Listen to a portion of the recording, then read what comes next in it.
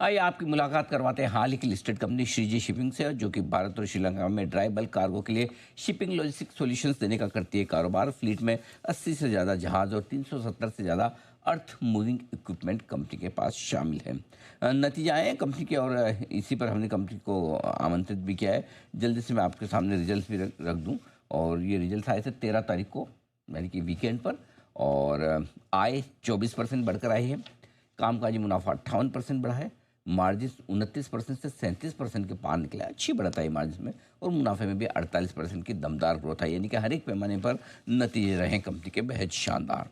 आइए, Shriji shipping global के chairman और मैनेजिंग डायरेक्टर अशोक कुमार हरिदास लाल साहब हमारे साथ कार्यक्रम में हो रहे हैं शामिल, और उनसे करते हैं मुलाकात। वो 28 साल से ज़्यादा का लंबा गहरा अनुभव लाल साहब का है, शिपिंग का भी, लॉजिस्टिक्स का भी। कंपनी के वो प्रमोटर भी हैं, और काफ़ी लंबे समय से कंपनी के साथ शुरुआत से जुड़े हुए हैं।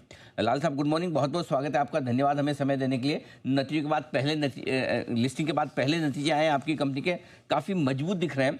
जरा समझाएं सर, जो ऑपरेशनल परफॉर्मेंस आई है ईबिटा लेवल पर और मार्जिन पर जो बढ़कर आए 37%, क्या खास वजह रही sir?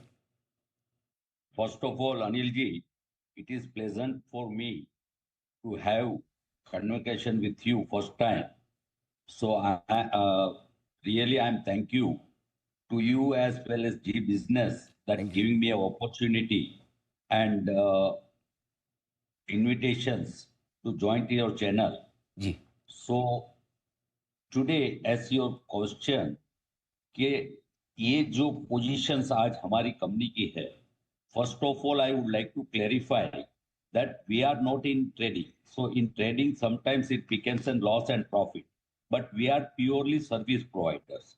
So in service providing units, always the profit can be slightly less or more, but there will never be loss because the infrastructure has the value in India today.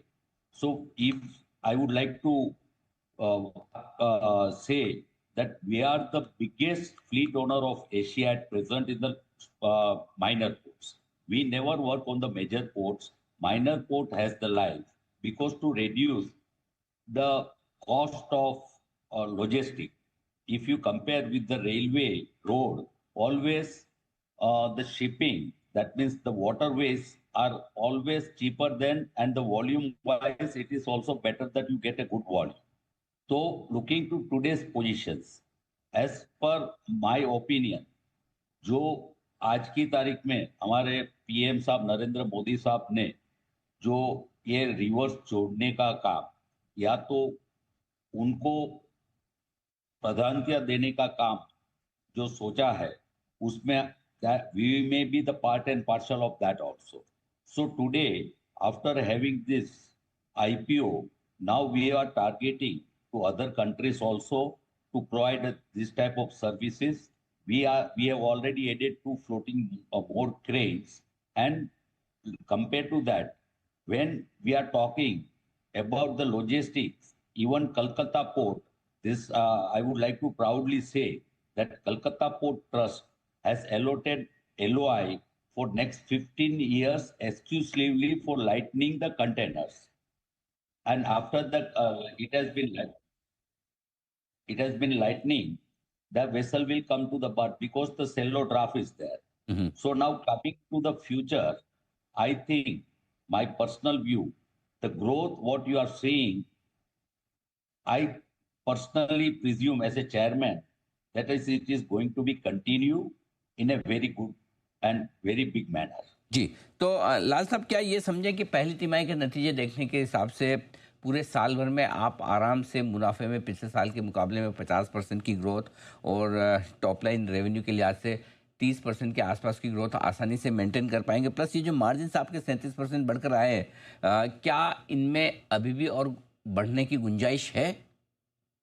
है अनिल जी, पहले तो मैं आपकी जो एक्सपेक्टेशन है, शायद मैं हमारे शेयर होल्डर को ये बताऊंगा कि जब अनिल जी जैसे लर्नेड जर्नलिस्ट ये क्वेश्चन करके एक्सपेक्ट कर रहे हैं, तो I have to fulfil that and I will fulfil that. Oh wonderful, चलिए बढ़िया। ये अच्छी बात है कि 50% के आसपास के मुनाफे की ग्रोथ और 25 से 30% की रेवेन्यू ग्रोथ। ये ग्रोथ के पीछे ट्रिगर्स क्या रहेंगे? क्या कुछ नई कैपेसिटी है अगले कुछ महीनों में और आ रही है? कितना कैपेक्स, कितना नया निवेश करने की आप प्लान कर रहे हैं? चूंकि अब तो आईपीओ से पैसे भी आए हैं, तो उसको लेकर क्या प्लानिंग है आपकी? देखिए अनिल जी, पहली तो चीज मैं आपको ये बता दूं कि सिंपल एग्जांपल, छोटे जहाज और बड़े जहाज में फ्रेट का डिफरेंस होता है। जब छोटा जहाज है वो क्रेन के साथ आता है, और बड़े जहाज जो आते हैं वो विदाउट क्रेन आते हैं। तो हमने ऑलरेडी 2 फ्लोटिंग क्रेन और ऐड कर ली है हमारे यूनिट्स में। तो ये जो प्रॉफिट बढ़ा है, जो डिफरेंस ऑफ द फ्रेट, छोटे जहाज और बड़े जहाज में जो डिफरेंस हुआ, उसके कारण हमारी यूटिलिटी ऑफ द इंफ्रास्ट्रक्चर बढ़ गई है। और ये मैं फ्यूचर और लंबे टाइम तक देख रहा हूं कि ये फ्यूचर और ब्राइट रहेगा। तो ये आगे आपके लिए एक्सपेंशन के प्लान है। अब ये बताएं सर, किस तरह की वॉल्यूम ग्रोथ, क्योंकि अल्टीमेटली आपके एक वैल्यू के टर्म्स में आपकी ग्रोथ आती है, दूसरी कारोबार बढ़ने के लिहाज से किस तरह की वॉल्यूम ग्रोथ का टारगेट लेकर आप चल रहे हैं? सर पहले तो मैं आपको बहुत खुशी के साथ अनाउंस करना चाहता हूं कि अभी तक हम लोग लाइट रेंज में थे। Now we are entering in a coastal movement. So now we are also negotiating with one biggest steel producer in India. For them, we are going to provide a vessels which can do the coastal movement of the steel, because compared to the road and railway, as I told you past, the uh, steel transportations by the sea will be much cheaper and much comfortable. तो ये जो है coastal movement के हिसाब से हमारी revenue बढ़ सकती है। जी, चलिए बढ़िया है सर। लाल साहब, बहुत बहुत धन्यवाद, आपने समय दिया, और बहुत एक बार फिर से आपको इन दमदार रिजल्ट्स के लिए बहुत बहुत बधाई, और उम्मीद करते हैं कि अगले 9 महीने इस वित्त वर्ष के इतने ही तगड़े, इतने ही दमदार रिजल्ट्स, और जो आपने टारगेट रखे हैं उसे न सिर्फ हासिल करें बल्कि उससे बेहतर भी आपकी कंपनी प्रदर्शन करें। Thank you so much sir, बहुत बहुत शुक्रिया आज हमारा साथ देने के लिए। थैंक यू, नमस्कार। नमस्कार, धन्यवाद।